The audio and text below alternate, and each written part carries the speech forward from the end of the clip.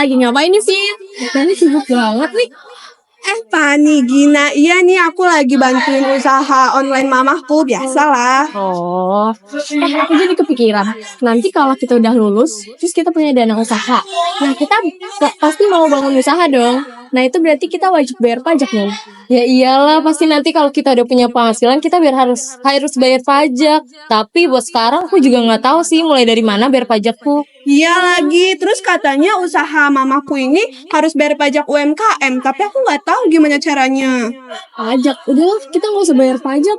Pemerintah aja kayak gitu ke kita. Aduh, jangan gitu, Pan. Iya sih, tapi kan pajak itu wajib. Hei, kalian lagi ngobrolin apa nih? Kayaknya asik banget. Iya nih lagi bahas-bahas tentang pajak gitu tuh. Terus si Fani mau nggak bayar pajak nih kalau nanti udah punya penghasilan, parah.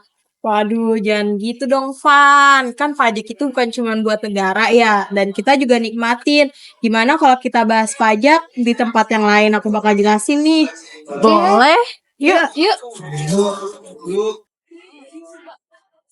Nah, karena kalian udah ngumpul nih di sini, aku bakal jelasin tentang pajak. Nah, pajak itu kan bukan cuma untuk pemerintah ya, tetapi bisa juga untuk membangun infrastruktur yang nantinya bakal kalian pakai juga. Nah, dari pajak itu bisa kita juga bisa dapat kayak beasiswa, bangku kuliah yang kalian duduk ini sekarang kan juga nyaman kan, dan juga fasilitas-fasilitas lainnya yang bakal nanti kalian pakai juga gitu. Nah, sekarang masalahnya daftar pajak itu ribet banget, harus ke kantor pajak dulu, terus harus banyak ngisi surat gitu loh. Iya tuh, males banget isinya.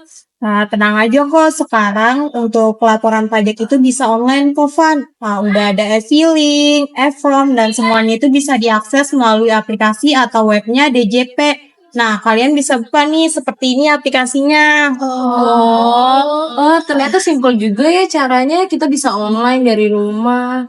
Tapi aku mau tanya deh, aku tuh nggak ngerti bedanya pajak pribadi sama pajak usaha yang kayak punya usaha mamaku itu loh. Aku nggak ngerti itu bedanya gimana dan bayarnya nanti bakal gimana. Nah, kalau penghasilan mama kamu masih di bawah 500 juta setahun, itu masih dinyatakan bebas pajak.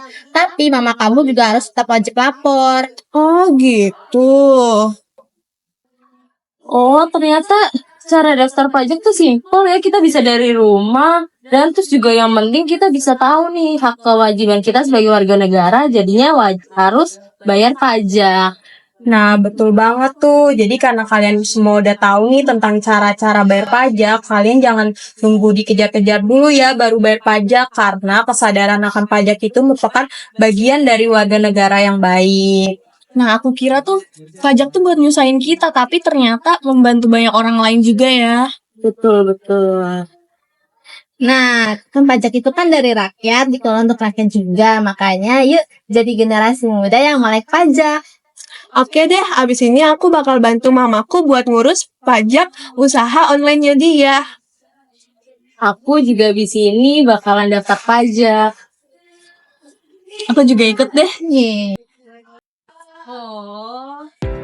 Jadi, pajak adalah kontribusi wajib kepada negara yang terutang oleh orang pribadi atau perusahaan yang bersifat memaksa berdasarkan undang-undang dan digunakan untuk keperluan negara untuk kemakmuran rakyatnya. Dan orang yang membayar pajak itu disebut sebagai wajib pajak. Pajak berdasarkan sifatnya itu ada dua. Yang pertama, pajak langsung.